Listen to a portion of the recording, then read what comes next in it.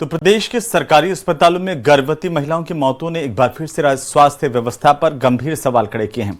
भीलवाड़ा के सबसे बड़े महात्मा गांधी अस्पताल में एक ही रात में 2 गर्भवती महिलाओं ने दम तोड़ दिया। दोनों की सामान्य डिलीवरी हुई थी, दोनों हाई रिस्क श्रेणी में भी नहीं थी, लेकिन प्रसव के बाद अचानक से तबीयत बिगड़ी, हालात जानलेवा साबित हुई और सवाल अब इस बात को लेकर के उठ रहे हैं कि जब डिलीवरी सामान्य थी तो मौत की वजह आखिरकार क्या रही और आखिर सरकारी अस्पतालों में ये मौतों का सिलसिला कब थमेगा, ये खास रिपोर्ट देखिए। डिलीवरी सामान्य, अंजाम दर्दनाक, वेंटिलेटर पर सरकारी सिस्टम, अस्पताल या मौत का घर। अस्पताल जहां नई जिंदगी की पहली किलकारी गूंजनी चाहिए, लेकिन प्रदेश में यहीं से बार बार मौत की खबरें आ रही हैं। भीलवाड़ा में एक ही रात 2 गर्भवती महिलाओं की मौत हो गई। दोनों की सामान्य डिलीवरी हुई थी, दोनों हाई रिस्क प्रेगनेंसी की श्रेणी में भी नहीं थी। फिर प्रसव के कुछ देर बाद अचानक हालत बिगड़ी और इलाज के दौरान दोनों ने दम तोड़ दिया। आखिर ऐसा क्या हुआ जिसने कुछ ही घंटों में 2 परिवारों की खुशियां छीन ली? दोनों मामलों की कहानी लगभग एक जैसी है, लेकिन हालात अलग अलग। पहला मामला कोटली की रहने वाली सुगना का है। शाहपुरा अस्पताल में सामान्य डिलीवरी के बाद उसकी तबीयत बिगड़ गई। गंभीर हालत में उसे भीलवाड़ा के महात्मा गांधी अस्पताल रेफर किया गया, लेकिन डॉक्टरों की तमाम कोशिशों के बावजूद उसे बचाया नहीं जा सका। डॉक्टर के मुताबिक अत्यधिक रक्त रिसाव के कारण उसका हीमोग्लोबिन घटकर सिर्फ 1.8 ग्राम रह गया था। दूसरी गर्भवती महिला भीलवाड़ा शहर की रानी थी।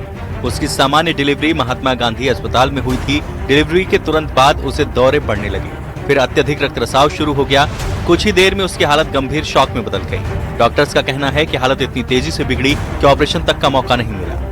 बहुत ही दुखद घटना है ये, जिसके अंदर 2 महिलाओं की जो है काफ़ी प्रयास किए गए उनको बचाने के, पर जो है अगर माना जाए तो नहीं कर सके, हम नहीं बचा सके चिकित्सा विभाग। और उसके अलावा जो है एक महिला थी, कोटड़ी की निवासी थी, शाहपुरा में उसकी डिलीवरी हुई थी और शाहपुरा के बाद उसको जो है कॉम्प्लिकेशंस आने पर यहाँ रेफ़र किया गया था भीलवाड़ा महात्मा गांधी अस्पताल के अंदर। तो कोशिश पूरी करी गई यहाँ भी डॉक्टरों के द्वारा, पर उसके अंदर जो है अत्यधिक रक्तस्राव डॉक्टर्स द्वारा बताया गया और बाकी हम जांच कर रहे हैं, उसकी पुरानी जो हिस्ट्री पूरी खंगाल रहे हैं कि क्या रिपोर्ट है क्या नहीं है।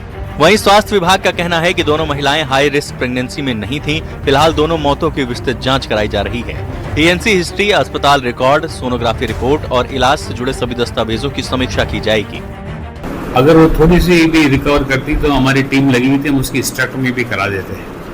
तो दोनों घटनाएं हैं, दोनों दुखद घटनाएं हैं और डिपार्टमेंट बहुत संवेदनशील तरीके से काम कर रहा है। हाई रिस्क प्रेगनेंसीज हैं या दूसरी प्रसूताएं हैं, उनकी ट्रैकिंग कर रहे हैं, उनकी जांचें करवा रहे हैं और हम पूरा प्रयास करेंगे कि जो भी प्रसूताएं चिकित्सालय में आती हैं उनको सभी हमारे स्त्री रोग विशेषज्ञों को भी निर्देशित किया हुआ है, अच्छी सेवाएं मिलें। चिंता इसलिए भी बढ़ गई है क्योंकि भीलवाड़ा का मामला कोई अकेला नहीं है। पिछले 3 महीनों में राजस्थान के अलग अलग सरकारी अस्पतालों से ऐसी कई दर्दनाक खबरें सामने आई हैं। हर घटना के बाद जांच के आदेश दिए गए, लेकिन मौतों का सिलसिला थमता नजर नहीं आ रहा। जरा ये आंकड़े देखिए। मई में कोटा के सरकारी अस्पताल में 5 गर्भवती महिलाओं की मौत हुई। जून में बीकानेर में सिजेरियन के बाद 6 महिलाओं की किडनी फेल, जबकि 2 महिलाओं की इलाज के दौरान मौत हो गई। वहीं भीलवाड़ा में जुलाई में 7 गर्भवती महिलाओं की जान गई। जुलाई में बांसवाड़ा में भी इलाज के दौरान 2 गर्भवती महिलाओं की मौत हुई। यानी सिर्फ 3 महीनों में सरकारी अस्पतालों में 16 गर्भवती महिलाओं की मौत हुई। ये आंकड़े सिर्फ रिकॉर्ड का हिस्सा नहीं है, बल्कि सरकारी अस्पतालों में मात्र स्वास्थ्य सेवाओं के सामने खड़ी गंभीर चुनौती की तस्वीर भी है। भीलवाड़ा में हुई इन 2 मौतों के बाद एक बार फिर पूरे सिस्टम की कार्यप्रणाली जांच के दायरे में है। अब निगाहें इस जांच पर टिकी हैं कि मौतों के पीछे सिर्फ अचानक आई मेडिकल कॉम्प्लिकेशंस थी या फिर इलाज और प्रसव के बाद निगरानी के स्तर पर कहीं कोई चूक रह गई। न्यूज़ 18 राजस्थान के लिए भीलवाड़ा से राहुल